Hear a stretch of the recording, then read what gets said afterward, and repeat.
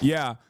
Brief note on this also. Motaz spoke out about this too. I didn't even realize like I feel kind of bad that he like saw this, but I guess he sees a lot of stuff online nowadays. But initially, Ethan and Gila apparently have been talking about like sending me to Gaza, and like they've made a joke about it because like I've talked to Palestinian journalists and they've like wanted me to come out. And I can't get any security assurances against Israel, obviously. And that's like the major reason why it is incredibly dangerous. It's not because of like Hamas or anything. And these guys still like make a joke about it. And I think that joke plays a very nefarious purpose of making it seem as though like I think in their minds, they're just basically saying like, oh, you're too much of a pussy or whatever. But the underlying hidden premise there is that like Gaza actually is totally safe from Israeli bombings. And I don't like that. I don't like that because it's like basically a thinly veiled threat almost, where it comes across like a fucking pager joke. You know what I mean? It's not a war zone, it's a genocide. It's very different. Okay? You can go to a war zone. It's like almost like an individually crafted, like I hope your pager goes off type joke. They know what they're doing. It's also funny when they dick ride Israel so hard, but they're also like, yeah, go ahead, Hasan, see what happens. Yeah, that's what Israel, yeah, exactly. So they had posted People this. want to stand by their principles. They want to be these heroic advocates, but they don't want to risk fucking anything. Hasan. That's such a funny thing to say, by the way, in terms of like, they don't want to risk anything is such a funny thing to say about pro-Palestinian advocates in general. Not for me in particular. Also, you know, any material financial loss, deplatforming, threats from the federal government is nothing in comparison to like the existence of the average Palestinian in Gaza. So all of that stuff doesn't really matter, but it's a weird thing to say when you're a content creator personally and all you do is yell at other content creators for at least demonstrating a little bit, like a fraction of the fucking moral courage necessary to speak out against Israel at a time when people like Ethan and many others are actively trying to not only deplatform every pro-Palestinian voice, but also specifically get them, like get the Trump administration to pack them up, right? So yeah, like what are you doing? You've done nothing. All you've done is spend every waking moment just shitting on pro-Palestinian voices. Like that's your advocacy. That's where your advocacy ends, and that's where your advocacy begins. But it's crazy that he just like that part aside. It's just genuinely crazy that he's just like, why doesn't he just go to Gaza? Oh, it's because he's afraid of Hamas. It's like, no, dude, I'm afraid of the fucking apartheid regime that you're defending that has literally fucking killed like 70 plus journalists in 2024 alone. Yeah, that's what I'm afraid of. And then they'll turn around and be like, well, other people have gone to Israel. It's like, yeah, exactly. I know. Patrick Beverly talked about how he was going to the fucking beaches in Tel Aviv as Israel was pummeling Gaza. That's what happens when you're an apartheid state that is doing settler colonialism, that's engaging in a genocide. The in-group doesn't get harmed. Yeah, no shit. Like, Dex Pestany going to fucking Israel is not the same. He went with Eilon Levy, the Israeli spokesperson, the former Israeli spokesperson. You think the conditions are the same? Anyway, yeah, zone of interest. Should go to Gaza. And if he doesn't, he should be severely judged by his audience for being a total fucking coward. I mean, it's part of why I judge him. He doesn't know shit about that conflict. He's never been to Gaza, never been to Israel. He doesn't know shit about it. No, he doesn't. He does not. Yeah.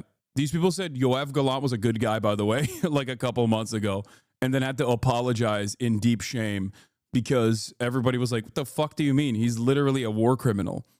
Defense Minister Yoav Gallant, who famously said, all of the Palestinians, like, we're shutting off their food, their electricity, and their water because we're fighting beasts. That was a week into the Israeli genocide. Yeah. Not. But he talks like with such authority. Oh my God. You would think. Yeah. I mean, this is also this is also a ridiculous assessment to make because not only is it an ongoing issue, not only is it an ongoing conflict, but I have had people who have survived it. I have genocide survivors on this stream. And I also talk to journalists who are literally directly in the crosshairs on a daily basis that inform my perspective.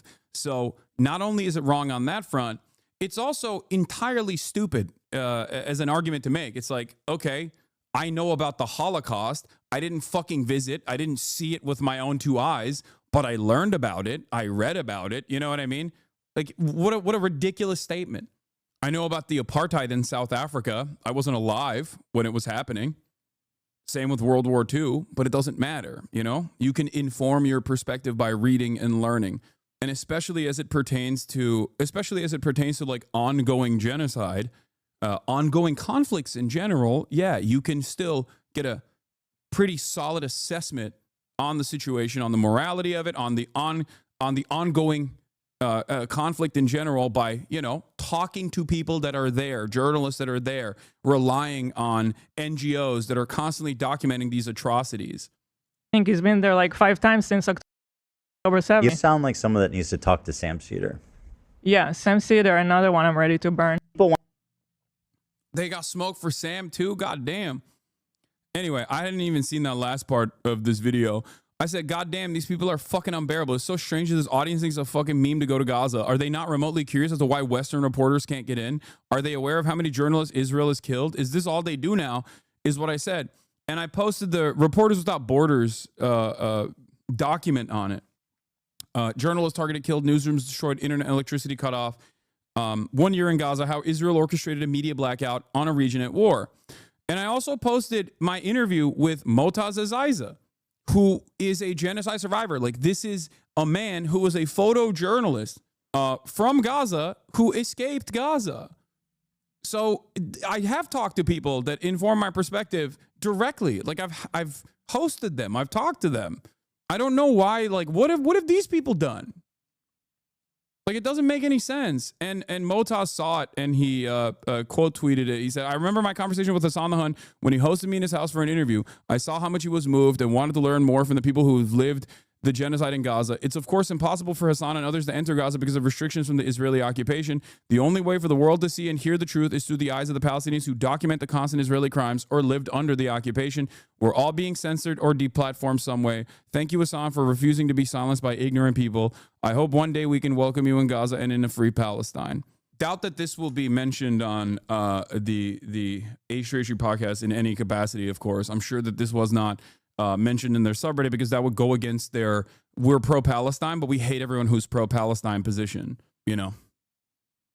It's so gross. It's so fucking gross that this community still acts like they're pro-Palestinian and pro-Palestine, and they just like do this. This is all they do. Their entire commentary around this thing, around this ongoing genocide, is just like talking shit about people who have something to say, you know?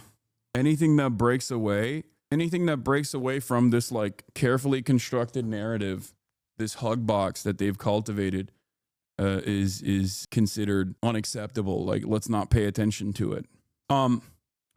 Yeah, that was a brief note I wanted to talk about here.